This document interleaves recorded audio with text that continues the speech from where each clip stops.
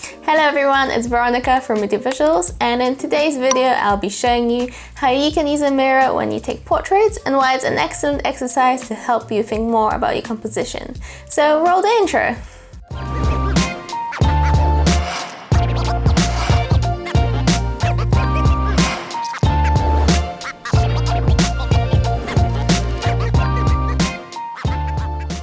So recently I've been seeing a lot of images that use mirrors in places like Instagram, and I wanted to try it for myself because I think it can create a really interesting and unique looking image. So I arranged 2 photo shoots in the last couple of weeks to try it out. So this is the mirror that I used. I got this mirror on Allegro for about £15, but you can easily pick one up on Amazon or eBay for a similar price.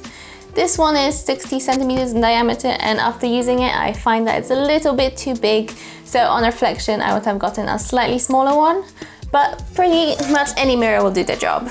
Anyway, before we get into any more detail, let's have a look at how the photo shoots went, as well as some of the images I was able to capture.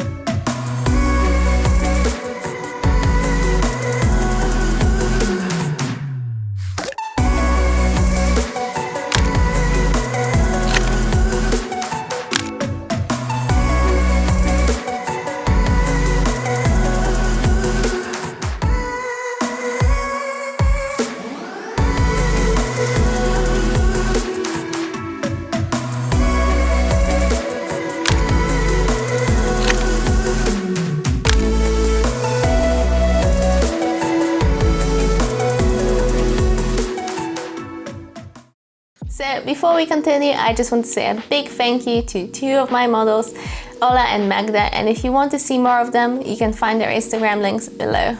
So I found that shooting with a mirror was very challenging. It was quite difficult to angle it right so that I could see the model's face in the photo and to frame the photo in an appealing way.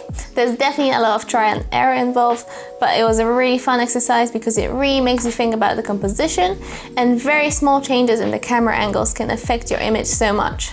You can really experiment with moving the camera angle from left to right and up and down to see how it affects the image being reflected.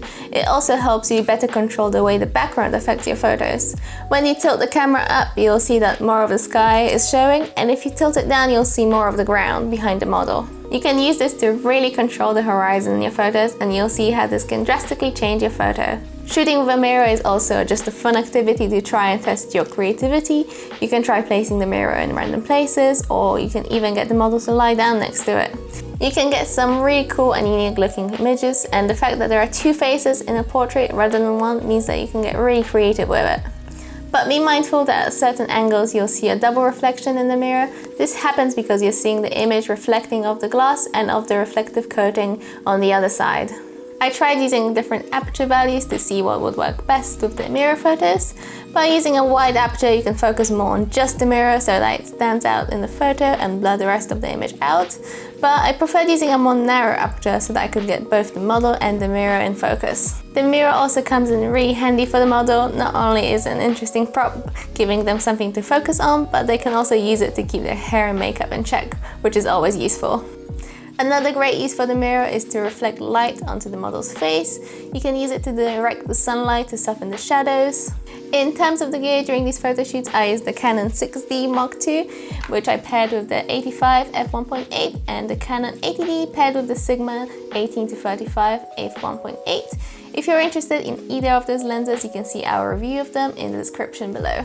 Overall, I had a really fun time using the mirror, and it's definitely something that I'll bring with me on shoots in the future to make more interesting and creative looking portraits. But what do you guys think of the photos? As always, we would love to hear what you think, so do leave your comments below. You can check out our Instagram and Facebook if you would like to see more photos from these photo shoots, and do give us a follow and a page like.